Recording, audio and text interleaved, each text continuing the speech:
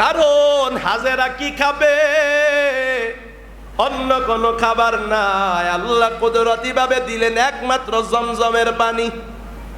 তো শুধু পানি পান করে পিপাসা নিবারণ করলে তো হবে না, খাবার কই খাবে?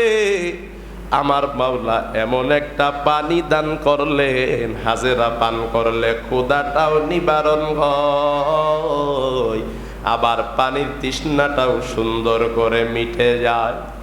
হযরত আবু যর গিফারি নাম শুনছেন নি? হ্যাঁ, নবীজির বিখ্যাত প্রিয় সাহাবী। ইসলাম ধর্ম গ্রহণ করার পূর্বে আবু যর গিফারি রাদিয়াল্লাহু তাআলা নবীজির পরীক্ষা করতেছিলেন। পরীক্ষা মানে দেখতেছিলেন যে ইনি আসলেই নবী কিনা।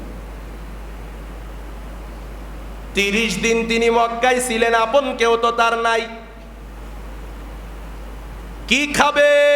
নবীর কাছে গেলে পরিচয় দিলে সমস্যা। সদ্য বেশে দেখতেছি এ কি আসলেই নবী কিনা, পূর্বের কিতাব অনুযায়ী মিলে কিনা।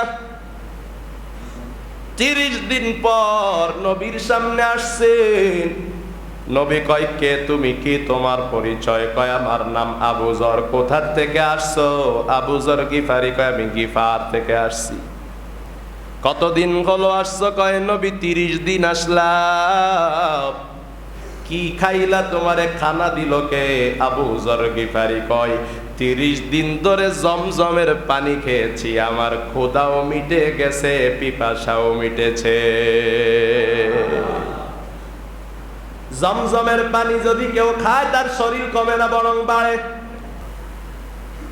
وقال النبي صلى الله عليه وآله وسلم خير ماء على وجه الأرض ماء زمزم فيه طعام من الطعم وشفاء من السقم أو كما قال النبي عليه الصلاة والسلام صدق الله مولانا العظيم وصدق رسوله النبي الكريم ونحن على ذلك لمن الشاهدين والحمد لله رب العالمين. محبت الدروش الشريف پڑھی. اللهم صل على محمد وعلى آل محمد كما صليت على إبراهيم وعلى آل إبراهيم إنك حميد مجيد. اللهم بارك على محمد وعلى آل محمد كما باركت على إبراهيم وعلى آل إبراهيم إنك حميد مجيد. আলহামদুলিল্লাহ, আল্লাহ পাকের দরবারে লাখ কোটি শুকরিয়া যে মহান রব্বুল ইজ্জত তাবারাক ওয়া তাআলা আমাদেরকে আশহুরুম মা'লুমাত তথা হজের মাসগুলোর প্রথম মাস শাওয়াল মাসের তৃতীয় জুমায় আমাদেরকে আসবার বসবার সুযোগ করে দিয়েছেন। নিয়ামতের শুকর আদায়ার্থে সকলে মিলে বলি আলহামদুলিল্লাহ। লক্ষ কোটি দরুদ ও সালাম বিশ্ব মানবতার মুক্তির দূত শান্তির বার্তা বাহক হেদায়েতের পরম দিশার উম্মতের কান্ডারি সাইয়্যিদুনা জনাবে মুহাম্মদুর রাসূলুল্লাহ সাল্লাল্লাহু আলাইহি ওয়াসাল্লামের উপর। মুহতারাম হাজিরিন, আলোচনা চলতেছিল বাইতুল্লাহর ইতিহাস নিয়ে। আল্লাহ পাক পবিত্র কোরআনে বলেছেন যে বাইতুল্লাহ এটা পৃথিবীর সর্বপ্রথম ঘর। এই ঘর ধ্বংস করার জন্য যারা চেষ্টা করেছে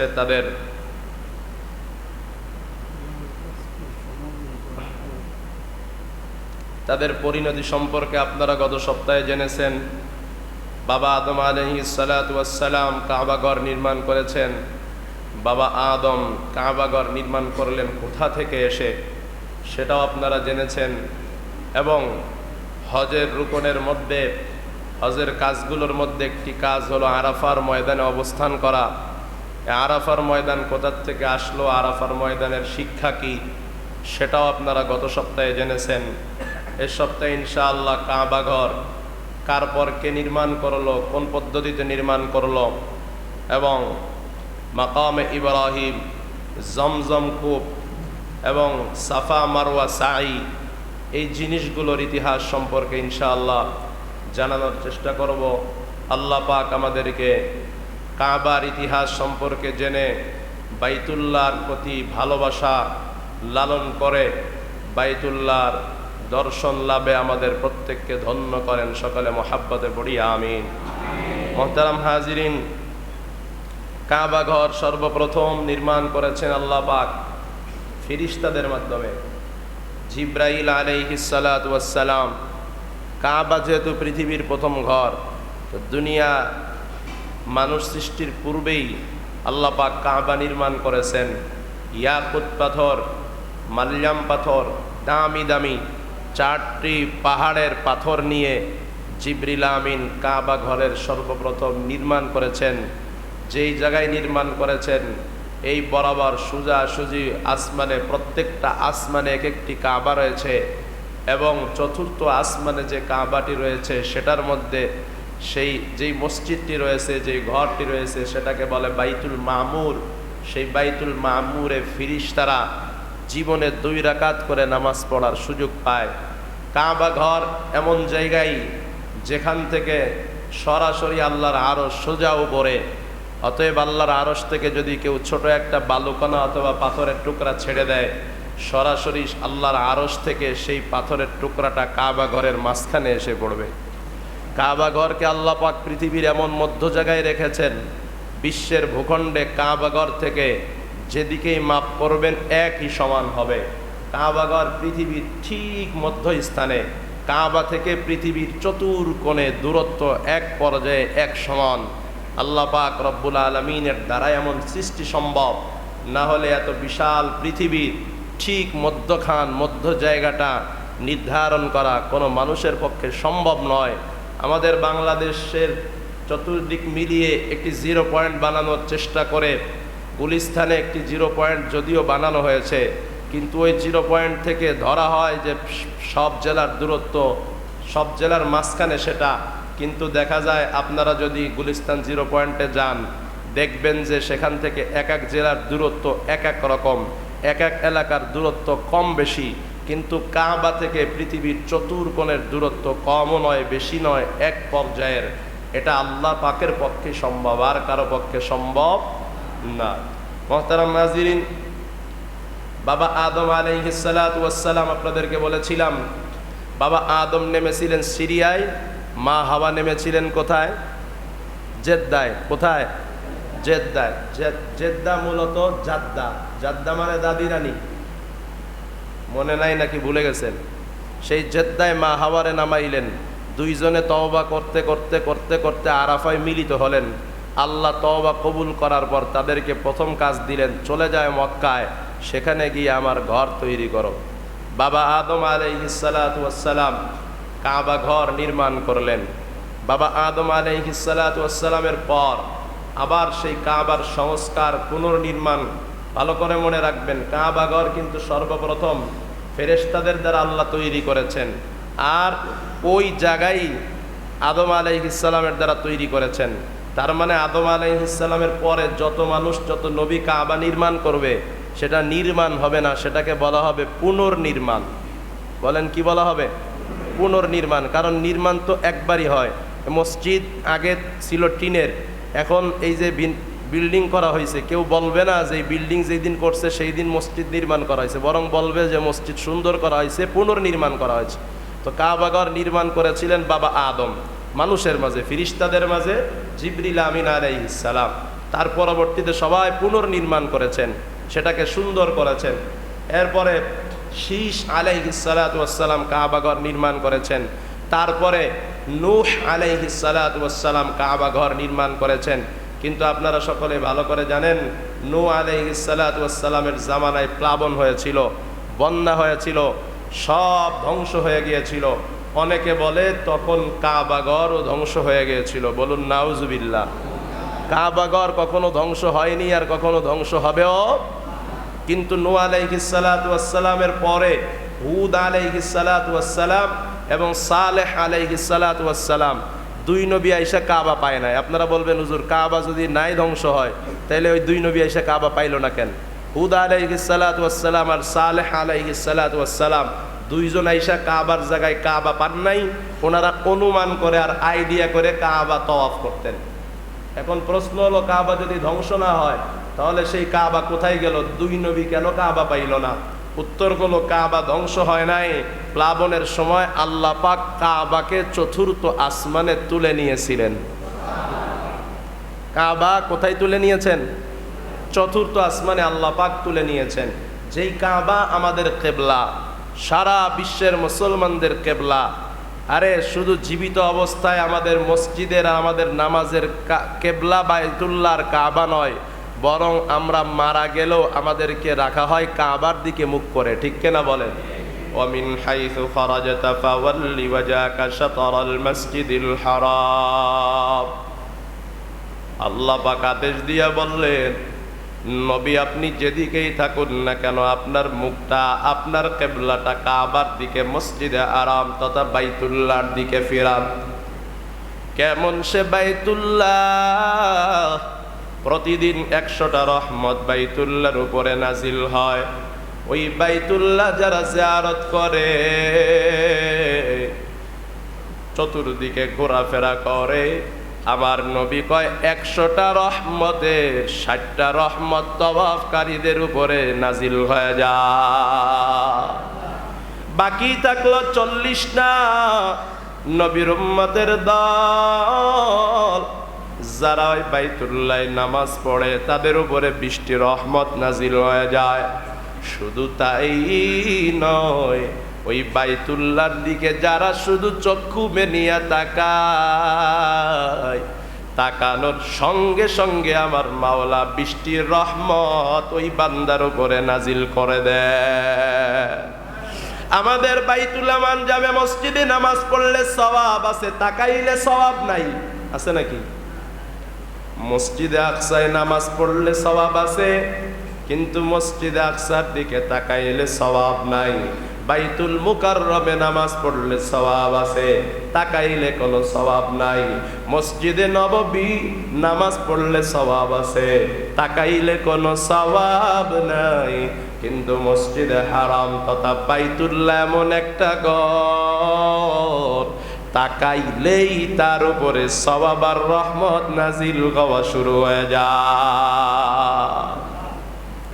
সেই কাবা, সেই বাইতুল্লাহ আল্লাহ আসমানে উঠাইলেন।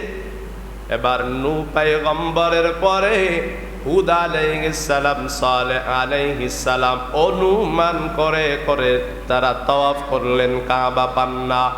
তারপরে আরো অনেক পয়গম্বর, কয়েকজন পয়গম্বর আসার পরে, অতঃপর ইব্রাহিম আলাইহিস সালাম যখন আসলেন, ইব্রাহিম আলাইহিস সালাম আসার পর আল্লাহ পাক রব্বুল আলামিন বাবা ইব্রাহিমকে যখন পাঠাইলেন, বাবা ইব্রাহিমের সন্তান তো হয় না। ওই বাবা ইব্রাহিম যেই জমিনে ছিলেন, বাবা ইব্রাহিম ইয়ামানে ছিলেন, সেখান থেকে তিনি মক্কার দিকে আসলেন। ওই মক্কায় কাবাগরের আশপাশে তখন কোনো মানুষের বসবাস ছিল না, মরু প্রান্তর ছিল। কারণ মানুষ মাটি, আগুন আর পানি ছাড়া থাকতে পারে না। মানুষের শরীরের মাঝেও মাটি আছে, আগুন আছে, মানুষের শরীরের মধ্যে পানি আছে। 3 জিনিস ছাড়া মানুষ বাঁচতে পারে না রে বাবা। ওই মক্কার জমিনে যখন কোনো পানি নাই, পানি ছাড়া এলাকায় মানুষের বসবাস সম্ভব না। আরো এলাকাটা বালু আর বালু, বালু আর বালু, শুধু বালু আর বালু। ওই এলাকায় বাবা ইব্রাহিম আলাইহিস সালাম কেমনে থাকবেন? বাবা ইব্রাহিম এলাকা ছেড়ে যখন চলে যাচ্ছিলেন তখন রাস্তায় অনেক ঘটনা ঘটেছে, যেটা কুরবানির বয়ানে বলা হবে। অতঃপর আল্লাহ পাক রব্বুল আলামিন বাবা ইব্রাহিমের 99 বছর বয়স হবার পর আমার আল্লাহ যখন বাবা ইব্রাহিম রে সন্তান দান করলেন, হাজেরার গর্ভে দিলেন ইসমাইলকে, আর সারার গর্ভে আল্লাহ পাক দিলেন ইসহাককে। ইসহাক আলাইহিস সালাতু ওয়াস সালামের বংশধরে আল্লাহ পাক বহু নবী রাসূলকে জন্ম দিয়েছেন। এটা ইসহাক হলো সারার গর্ভের সন্তান, কিন্তু মা হাজেরার গর্ভের সন্তান ইসমাইল। ইসমাইলের বংশধরের মধ্যে আমার আল্লাহ একমাত্র একজন নবী পাঠিয়েছেন, সেই নবীর নাম হলো মুহাম্মাদুর রাসূলুল্লাহ। মুহাব্বতে বলেন না সাল্লাল্লাহু আলাইহি ওয়াসাল্লাম। ইসমাইল জন্ম নিয়েছে বাবা ইব্রাহিমের হাজেরা নামের যেই বিবি ছিলেন, এই হাজেরার গর্ভ থেকে। হাজেরা কে, কোথার থেকে আসলেন সে আলোচনা এখন করলে এখানে দীর্ঘ হয়ে যাবে। সেই আলোচনা ইনশাআল্লাহ কোরবানির আগে, কোরবানির ইতিহাসের সময় পাবেন, কারণ এখানে কিছুটা কোরবানির ইতিহাস জড়িত আছে। ইসমাইল আলাইহিস সালাতু ওয়াস সালাম হবার পর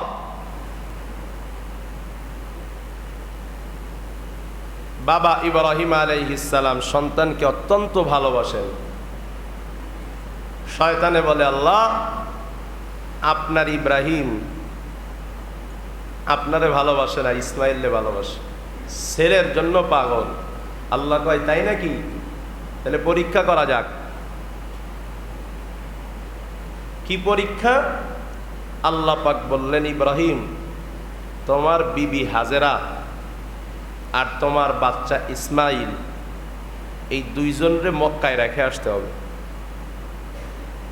তখনও মক্কার জমিনে কেউ বসবাস করে না, বালুর ঢেউ আর বালুর ঢেউ, কোথাও পানি নাই, আগুনের ব্যবস্থা নাই, তো মানুষ ওখানে বসবাস কেমনে করবে? ইয়ামানে, সিরিয়া এই সমস্ত এলাকায় মানুষ থাকতো, ওই জায়গায় মানুষ থাকতো না, মক্কায় মানুষ থাকতো না, মরুভূমি আর মরুভূমি। বাবা ইব্রাহিম আলাইহিস সালাম আল্লাহর আদেশ পাওয়ার সঙ্গে সঙ্গে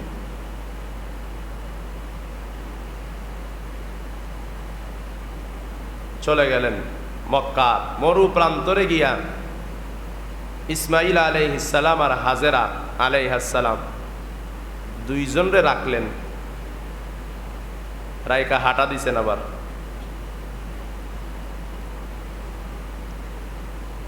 হাঁটা দেবার পর মা হাজেরা অত্যন্ত আশ্চর্য হলেন যে কি ব্যাপার, কোন বাবা কি এমন হইতে পারে যেখানে পানি নাই, আগুন নাই, ঘর নাই, বাড়ি নাই, কিচ্ছু নাই, সেখানে নিজের ছোট্ট বাচ্চা, তারপরেও 100 বছর দোয়া করতে করতে যে সন্তান পেয়েছে। 100 বছর বাবা ইব্রাহিম দোয়া করেছে, রব্বি হাবলি মিনাস সালিহিন। সেই সন্তানকে রাইখা কিভাবে একটা বাবা চলে যায়, মা হাজেরার বুঝে আসেন। যদিও সেটা বোঝা বর্তমান আমাদের জন্য সহজ, কথা বলেন ঠিক কেন? কেমনে সহজ? কারণ বর্তমানে ডাস্টবিনে অনেক বাচ্চা পাওয়া যায়, কথা ঠিক না? এই কয়েকদিন আগে আমরা দেখেছি, মানে যুগ কোন দিকে যাচ্ছে যেটা কল্পনা করা যায় না সেটাও ঘটতেছে। মা নিজের 1.5 বছরের 2 বছরের বাচ্চাকে ঘরের মধ্যে তালা মেরে কক্সবাজার ঘুরতে গিয়েছে। 3 দিন বাচ্চাটা মা মা করে চিল্লাইছে আর মলমূত্র খেয়ে খেয়ে 3 দিন বাচ্চা ছিল। 10 দিন পরে মা কক্সবাজার ঘুরে বাড়িতে এসে দেখে নিজের বাচ্চাটা মরে পড়ে আছে, আর নাই। 10টা দিন এক দায়ুস মহিলা, কলিজার ধন, নিজের জন্ম দেওয়া সন্তানকেও বর্তমান জামানায় ঘরে তালাবদ্ধ, দুধের বাচ্চাকে তালাবদ্ধ করে রেখে ফুর্তি করতে যায়। কোন জামানায় আছি আমরা, চিন্তা করেন তো। র্যাবে ডিবিতে মহিলাকে ধরেছে, মহিলার তেমন কোনো অনুশোচনাও নাই।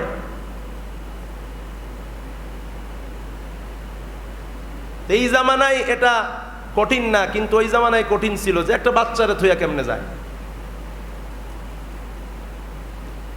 মা হাজেরা জিজ্ঞাসা করে, ওহে ইব্রাহিম, আল্লাহর পয়গম্বর, কার ইশারায় রেখে যান? একটু কি বলে যাবে? আপনি কি নিজের ইচ্ছায় রেখে যান নাকি মালিকের ইচ্ছায় রেখে যান? ইব্রাহিম আলাইহিস সালাতু ওয়াস সালাম বলেন, আমি নিজের ইচ্ছায় রেখে যাই না, আমি আমার মালিকের ইচ্ছায় রেখে যাই। আল্লাহু আকবার। মা হাজেরা বলেন, তাহলে আমাদের ক্ষতি আর কেউ করতে পারবে না।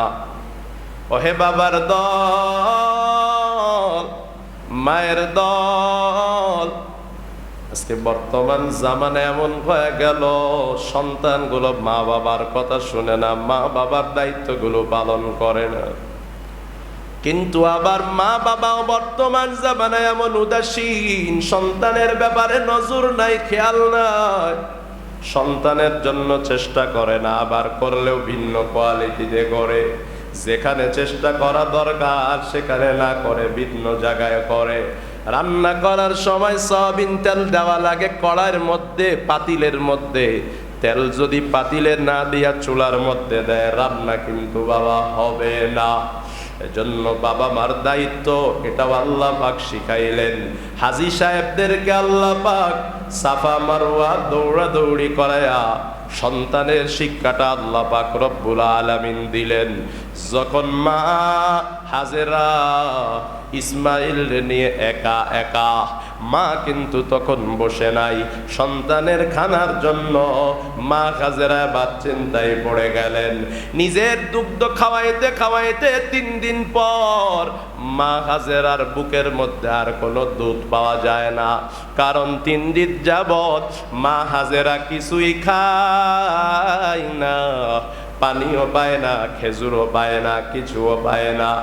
মা হাজেরা নিজের সন্তান ইসমাইলের ঠোঁটটার মধ্যে নিজের জিহ্বাটা ঢুকাইয়া দেয়। হাজেরা নিজের জিহ্বাটা ইসমাইলের জিহ্ব ঠোঁটের ভেতরে ঢুকাইয়া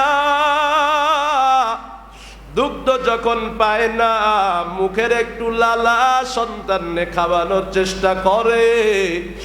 না খেয়ে থাকার কারণে হাজেরার জিহ্বাটা পর্যন্ত শুকাইয়া যায়। হাজেরা আবার কি করবে? সন্তানটারে শোয়ায়া ঘুমটা পাড়ায়া হাজেরা এবার একবার সাফা মারওয়ারে দৌড়ায়া যায়, একবার মারওয়া পাহাড়ের দিকে দৌড়াইয়া যায়, একবার সাফায় যায়, আবার মারওয়ায় যায়। দেখিনি একটু কোথাও পানি পাই নাকি, বাচ্চারে একটু পানি পান করানো দরকার। আমি মার দুগ্ধ পান করাইতে হলে আমারও তো পানি পান করানো দরকার। মা হাজেরা যখন দৌড়াদৌড়ি করে, হঠাৎ করে যখন ইসমাইলের কাছে আসে, তাকাইয়া দেখে ইসমাইল যে শুয়া শুয়া খেলতেছিল, পাটা নাড়ানাড়ি করতেছিল। ইসমাইলের পা দিয়া আগা জমিনে আঘাতের কারণে আমার আল্লাহ পাক ইসমাইলের পায়ের গোড়ায় জমজমের কূপ নালা চালু করে দিয়েছে। মা হাজেরা এসে দেখে পানি আর পানি, এত পানি সব ছড়িয়ে যায়। আমাদের দেশের নদী ঠিক রাখার জন্য যেমন বেড়ি বাঁধ করা হয়, মা হাজেরা বেড়ি বাঁধ দিতে লাগলেন, আল বানাইতে লাগলেন যেন পানিগুলো সরে না যায়। কারণ পানিগুলা চলে গেলে তো আর ইসমাইলে কয়েকদিন পর খাওয়াইতে পারবে না। কিন্তু আল্লাহ এমন পানিটা দিলেন, প্রতিদিন ওই বাইতুল্লাহ 2 লক্ষ মানুষ ওমরা করার জন্য ঢোকে, আবার 2 লক্ষ মানুষ প্রতিদিন ওমরা শেষ করে চলে আসে। এতগুলা মানুষ প্রতিদিন পানি পান করে, আবার গ্লান ভরে ভরে দেশে নিয়ে আসে। হজে হাজার হাজার কোটি কোটি মানুষ গিয়া কত পানি পান করে। ওই যে ইসমাইলের পায়ের নালায় আমার মাওলা এমন পানি চালু করলেন, 10 বছর ইউরোপ আমেরিকাওয়ালারা জমজম কূপের মধ্যে মিটার বসায়া চেক করলেন 10 বছরে কয় ফোঁটা পানি সেখান থেকে কমে মিটারে আসলো। 10 বছরে এত পানি নেবার পর জমজম কূপ থেকে 1 ইঞ্চি পানিও নিচে যায় না। কাদের কদরত তুদারি বার কামাল আনতা রাব্বি আনতা আসবিদুল জালাল। আমার আপনার মায়ার নবী ডাক দিয়া কয়, এই দুনিয়ার মানুষ খায়রু মাইন আলা ওয়াজিহিল আরদি, জমিনে তো অনেক প্রকার পানি আছে, সবচেয়ে দামি পানি কোনটা, সবচেয়ে উত্তম পানি কোনটা জানো? নবী কয় জমজমের পানি। সুবহানাল্লাহ পড়েন। কেমন বরকতের পানি জমজম। আমার আপনার মায়ার নবী যখন মা খালিমার ঘরে দুগ্ধ পান করে, জিবরিল আমিন আমার আপনার মায়ার নবীকে ধরে নিয়ে আসে। মায়ার নবীকে খেলার মাঠ থেকে ধরে আনিয়ে হাতিমে কাবার মধ্যে শোয়া মায়ার নবীর সিনা চাক করে, নবেন হার্ট সার্জারি করিয়া নবীর কলিজাটাকে পানি দিয়া দৌত করে পরিষ্কার করেন। আমার নবীর ওপেন হার্ট সার্জারিতে সিনা চাকের মধ্যে নবীর কলিজাটা যেই পানি দিয়া দৌত করছিল, সেটা হাউজে কাউসারের পানি না, জমিনের অন্য কোনো পানি না, সেই পানিটা ছিল জমজম কূপের পানি। মায়ার নবী আমার ডাক দিয়ে কয়, সবচেয়ে দামি পানি জমজমের পানি। এই দুনিয়ার মানুষ ভালো করে খেয়াল করবেন, দুনিয়ার যত পানি আছে সব পানিতে পিপাসা মিটে, ক্ষুধা মিটে না। খাবার খাওয়া লাগে, খাবারের আগে পানি খাই, খাবারের পরে পানি খাই, কিন্তু শুধু পানি খাইয়া আমরা খাবারের ক্ষুধা নিবারণ করতে পারি না। কিন্তু নবী কয়, মা উজামজামা ফিহি তা'আমুম মিনাত তুমি, জমজমের পানি এমন একটা পানি, সেটা খাইলে, সেটা পান করলে শুধু পিপাসা মিটে না, বরং ক্ষুধাটাও নিবারণ হয়ে যায়। কারণ হাজেরা কি খাবে? অন্য কোনো খাবার নাই, আল্লাহ কুদরতি ভাবে দিলেন একমাত্র জমজমের পানি। তো শুধু পানি পান করে পিপাসা নিবারণ করলে তো হবে না, খাবার কই খাবে? আমার মাওলা এমন একটা পানি দান করলেন, হাজেরা পান করলে ক্ষুধাটাও নিবারণ হয়, আবার পানির তৃষ্ণাটাও সুন্দর করে মিটে যায়। হযরত আবু যর গিফারি নাম শুনছেন নি? হ্যাঁ, নবীজির বিখ্যাত প্রিয় সাহাবী। ইসলাম ধর্ম গ্রহণ করার পূর্বে আবু যর গিফারি রাদিয়াল্লাহু তাআলা নবীজির পরীক্ষা করতেছিলেন। পরীক্ষা মানে দেখতেছিলেন যে ইনি আসলেই নবী কিনা। 30 দিন তিনি মক্কায় ছিলেন, আপন কেউ তো তার নাই। কি খাবে? নবীর কাছে গেলে পরিচয় দিলে সমস্যা। সদ্য বেশে দেখতেছি এ কি আসলেই নবী কিনা, পূর্বের কিতাব অনুযায়ী মিলে কিনা। 30 দিন পর নবীর সামনে আসছে। নবী কয়, কে তুমি? কি তোমার পরিচয়? কয়, আমার নাম আবু যর। কোথা থেকে আসছো? আবু যর গিফারি। কয়, আমি গিফার থেকে আসছি। কতদিন হলো আসছো? কয়, নবী 30 দিন আসলাম। কি খাইলা? তোমারে খানা দিল কে? আবু যর গিফারি কয়, 30 দিন ধরে জমজমের পানি খেয়েছি, আমার ক্ষুধাও মিটে গেছে, পিপাসাও মিটেছে। জমজমের পানি যদি কেউ খায় তার শরীর কমে না, বরং বাড়ে। আবু যর গিফারি কয়, নবী 30 দিন জমজমের পানি খাবার কারণে আমার শরীর কমে নাই, বরং আমি আরো মোটা হয়েছি। আল্লাহু আকবার কর। এখানে একটা বিষয় খেয়াল করে দেখবেন, নবীরে মানার আগ পর্যন্ত, ইসলাম গ্রহণের আগ পর্যন্ত আবু যর গিফারি নবীজির কাজগুলো ভালো কিনা, আসলে নবী কিনা দেখেছেন। কিন্তু যখন ইসলাম গ্রহণ করেছেন তখন আর কোনো প্রশ্ন করেন নাই, নবীর আর ভুল ধরেন নাই। এখান থেকে ভালো করে শিক্ষা নেও, ইমাম সাহেব আর হুজুর আর আলেম কারে মানবা কি মানবা না, ইমাম রাখবা কি রাখবা না, রাখার আগে মানার আগে পরীক্ষা করা যাবে, রাখার পরে মানার পরে তারে নিয়ে প্রশ্ন তুলতে পারবা না, ঠিক না? আগে তুমি যাচাই বাছাই করে নাও, ভালো কি মন্দ তারে মানবা কি মানবা না, ভালো না লাগলে মাইনো না। কিন্তু তুমি যাচাই বাছাই করে নেবার পর তারপরে তুমি প্রশ্ন তুলবা, তারপরে তোমার ভালো লাগে না, সেটা হয় না। নবীর উম্মতের দল, জামানা এত খারাপ, সাহাবায়ে কেরাম নবীজির কাছে বায়াত হয়েছে, নবীজি ইমামতি করেছেন, মানে নবীজির কথায় সমাজ চলেছে। আবু বকর ইমাম ছিলেন, আবু বকরের কথায় সমাজ চলেছে, ওমরের কথায় সমাজ চলেছে। সমাজের কথায় নবী চলে নাই, সমাজের কথায় আবু বকর চলে নাই, সমাজের কথায় ওমর চলে নাই, ওসমান চলে নাই, না চলছে? কথা কয় না? কারণ তারা তো ইমাম, ইমাম মানে হলো নেতা, নেতা যেমনে বলবে সেমনে সমাজ চলবে। কথা কন ঠিক কেনা?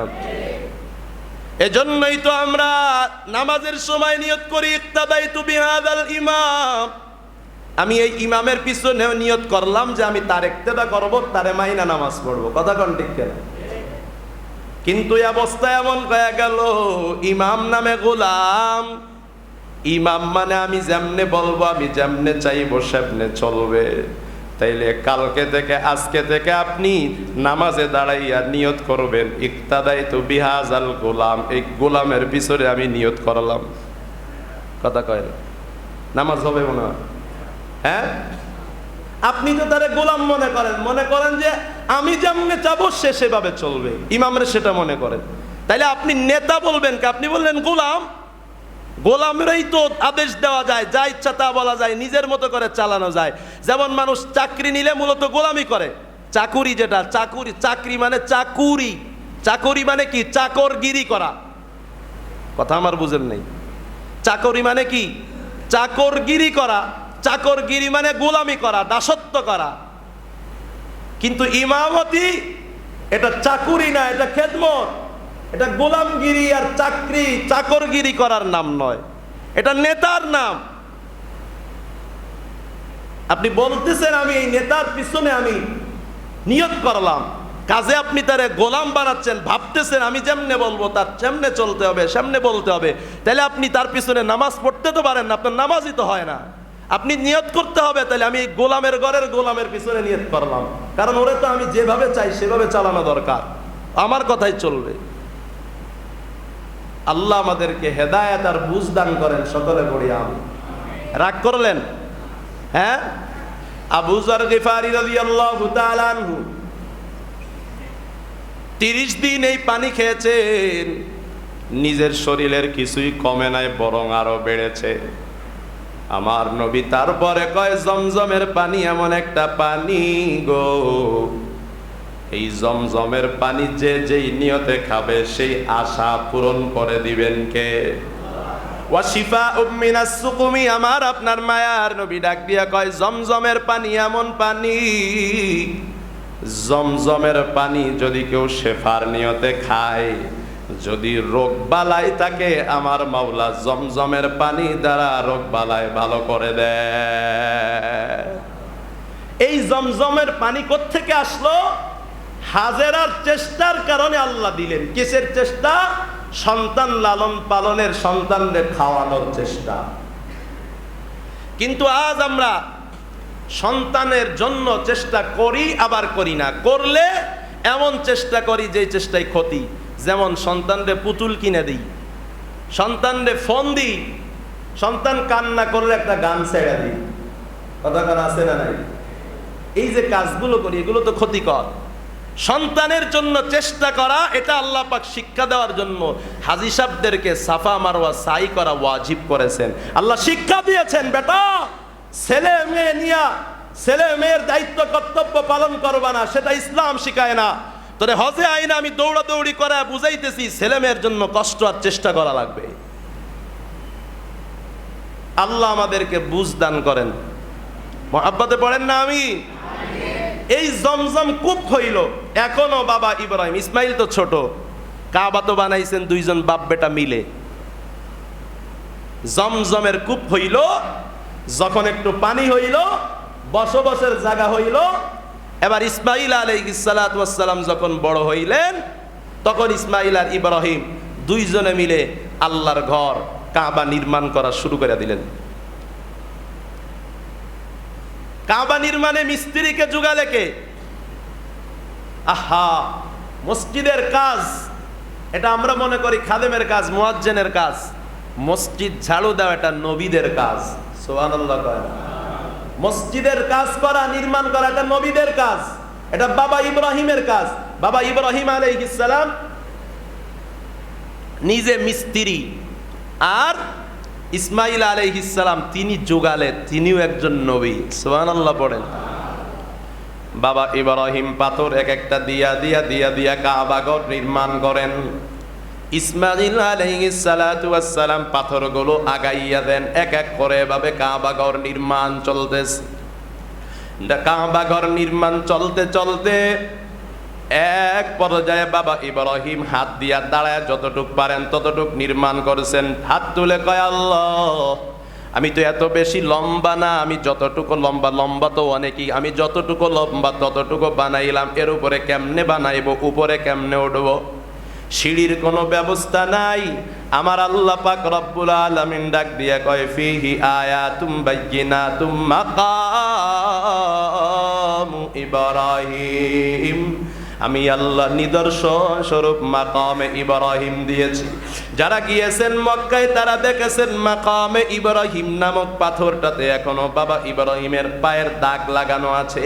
ওখানে আল্লাহ পাক নিদর্শন স্বরূপ সেটা লাগিয়েছেন। আল্লাহ পাক কয়, ইব্রাহিম তুমি মিস্ত্রি, তোমার ছেলে যুগালে, কন্ট্রাক্টর আমি আল্লাহ। আল্লাহু আকবার কর। এই মসজিদ নির্মাণের কন্ট্রাক্টর কে? কন্ট্রাক্টর আমার আল্লাহ। মিস্ত্রি বাবা ইব্রাহিম আলাইহিস সালাম খলিলুল্লাহ।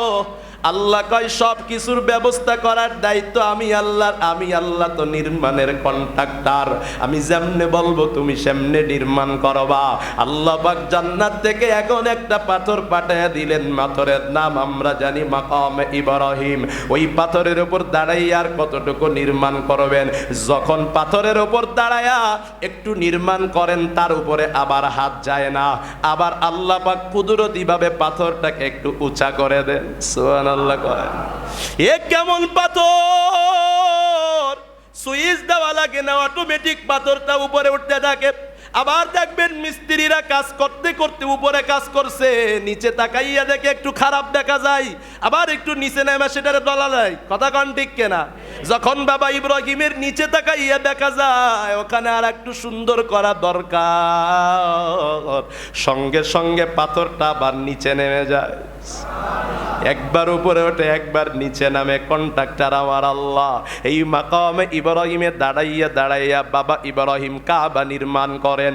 মাকামে ইব্রাহিমে দাঁড়াইয়া কাবা নির্মাণ করার পর আমার আল্লাহর কাছে তারা বলেন, ও আল্লাহ, আমাদের পক্ষ থেকে এই কাবাকে আপনি কবুল করিয়া নেন। আমার আল্লাহ পাক রব্বুল আলামিন তাদের দোয়া কবুল করে নিলেন। আল্লাহ পাকের ডাক দিয়া বাবা ইব্রাহিম আরো আগে বলেছিলেন, আল্লাহ ওয়া ইয জাআলনাল বাইতা মাসাবাতাল লিন-নাসি ওয়া আমনা ওয়াত্তাখিযু মিন মাকামি ইব্রাহিম মুসাল্লা। আমার আল্লাহ পাক ডাক দিয়া কয়, এই যে আমার আল্লাহ কয়, এ দুনিয়ার মানুষ, মাকামে ইব্রাহিম তারে তোমরা কি করবা? নামাজের মুসাল্লা বানাইবা। নবীর জামানার আগ পর্যন্ত মাকামে ইব্রাহিমে নামাজ পড়া হইতো না। হযরতে ওমর জলিলুল কদর সাহাবী, একদিন আমার আপনার মায়ার নবীর কাছে হযরতে ওমর এবার কে বলতেছেন, ও আমার মায়ার নবী, লাউ ইত্তাখাযনা মিন মাকামি ইব্রাহিম মুসাল্লা। নবীরে আমি ওমরের মনটা বড় চাই, মাকামে ইব্রাহিমে যদি আমরা নামাজ পড়তে পারতাম। হযরতে ওমর নবীর কাছে যখন কথাটা বলছেন, আমার আল্লাহ আসমান থেকে কয়, ওরে ওমর, তোর মনে যেটা চায় আমি আল্লাহর মনেও সেটা চাই। সঙ্গে সঙ্গে আমার আল্লাহ জিবরিল আমিনকে পাঠায় কয়, নবী আজকে থেকে মাকামে ইব্রাহিমে নামাজ পড়ার আদেশ দিয়ে দিলাম। সেই মাকামে ইব্রাহিমে নামাজ পড়ি। মাকামে ইব্রাহিম কাবাটা আমার আল্লাহ বরকত দিয়া ভরে দিলেন। ইব্রাহিম আলাইহিস সালাতু ওয়াস সালাম বললেন, আল্লাহ রব্বানা ইন্নী আসকানতু মিন যুররিয়াতি বিওয়াদিন গায়রি যি যারইন ইনদা বাইতিকাল মুহাররম। ও আল্লাহ, আপনার ঘরের পাশে আমি যেখানে বসবাস করি, আমার হাজেরা যেখানে বসবাস করে, আমার ইসমাইল যেখানে বসবাস করে, এখানে শুধু মরুভূমি আর মরুভূমি, এখানে সবুজ কোনো মাটি নাই, ফসলাদি তো এখানে হয় না, বালুর জমিনে ফসল হয় না। আমার আল্লাহ কয়, আরে জিবরাইল দৌড়াইয়া যাও। জিবরিল আমিন সিরিয়ায় যাইয়া, সিরিয়ার জমিনটা ছিল সবুজ শ্যামল, সিরিয়ার জমিনে ফসলাদি খুব সুন্দর হইত। জিবরিল আমিন সিরিয়ায় যায়া এক খণ্ড মাটি আইনা আরবের মরুপ্রান্তরের যেই তায়েফ আছে, তায়েফ, ওই তায়েফে গিয়া ওই খণ্ড মাটিটা বসানোর সঙ্গে সঙ্গে পুরা তায়েফের জমিনটা ফলে ফুলে সবুজ শ্যামলে ভরপুর হয়ে যায়। এইভাবে মক্কাটা কাবা, মক্কা এলাকাটা আবাদ হইতে থাকে। বাবা ইব্রাহিম রে আল্লাহ আবার ডাক দিয়া কয়, মসজিদ তো বানাইছো, মসজিদ শুধু বানাইলে কইবে না, আমি আল্লাহরে কথা দাও, ওয়াহিদনা ইলা ইব্রাহিম ওয়া ইসমাঈল আন তাহিরা বাইতি আলিত তাইফিনা। আমি আল্লাহরে কথা দাও, সব সময় মসজিদটা পরিষ্কার করে রাখবা। সুবহানাল্লাহ। আমাদের জাতীয় পিতা ইব্রাহিম আল্লাহরে কথা দিছেন, সব সময় মসজিদটা পরিষ্কার করে রাখবো। আমার দ্বারা মসজিদ নোংরা হয়, পরিষ্কার হয় না, ভালো করে খেয়াল করে দেখবেন। এজন্য সব সময় এই নিয়তে মসজিদে আসবেন। আমি মসজিদে আসলে কমপক্ষে একটা বালু হইলেও সরাবো, কারণ মসজিদ পরিষ্কার করেছেন বাবা ইব্রাহিম। একটা বালু হইলেও মসজিদ থেকে ঢুকলে আমি সরাবো, 1 ইঞ্চি মাটি হইলেও মসজিদের প্রতিদিন আমি পরিষ্কার করব। নবীর উম্মতের দল ভালো করে খেয়াল করেন, আল্লাহ কয় তওয়াফকারী ইতিকাফকারীদের জন্য মসজিদটা তুমি পরিষ্কার করে রাখবা। আমাদের বাবা ইব্রাহিম আলাইহিস সালাম আরো অনেক দোয়া করলেন, ও আল্লাহ কাবা বাইতুল্লাহকে কি করবা, এই এলাকাকে কি করবা, আমাদেরকে কি করবা, আমার বংশকে কি করবা। বাবা ইব্রাহিম কাবা নির্মাণ করার পর আমার আল্লাহ এতটা খুশি হয়েছে, ওই নির্মাণের পর আল্লাহর কাছে যতগুলো দোয়া বাবা ইব্রাহিম করেছেন, প্রত্যেকটা দোয়ায় আমার মাওলা কবুল করেছে। এজন্য মসজিদ নির্মাণের পর দোয়া করলে দোয়া কবুল হয়ে যায়। কারণ মসজিদ আল্লাহর ঘর নির্মাণ করলে আল্লাহ এতটা খুশি হন, যেই কাজে অংশগ্রহণ করার পর যদি কেউ দোয়া করে, তার দোয়া আল্লাহর দরবারে কবুল হয়ে যায়। সুবহানাল্লাহ পড়েন। ইব্রাহিম আলাইহিস সালাম সামনে আরো নির্মাণ কিভাবে করলেন, বাবা ইব্রাহিমের নির্মাণের পর কে নির্মাণ করলেন, আমি গত সপ্তাহে বলেছিলাম আরো 2 সপ্তাহ লাগবে, আজকে সময় শেষ, এখানে আলোচনা সমাপ্ত করলাম। সামনে ইনশাআল্লাহ আগামী সপ্তাহে ইব্রাহিমের পর কে নির্মাণ করলেন, কোন নির্মাণে বর্তমান আছে, এই বিষয়গুলো নিয়ে সামনে আবার আলোচনা হবে ইনশাআল্লাহ। ততদিন পর্যন্ত আল্লাহ আমাদের সবাইকে ভালো রাখুন, সুস্থ রাখুন। আগে মসজিদে আসবার বসবার শুরু করে দেন। সকলে মুহাব্বতে পড়ি আমিন। ওয়া আখিরু দাওয়ানা আনিল হামদুলিল্লাহি রাব্বিল আলামিন। মসজিদের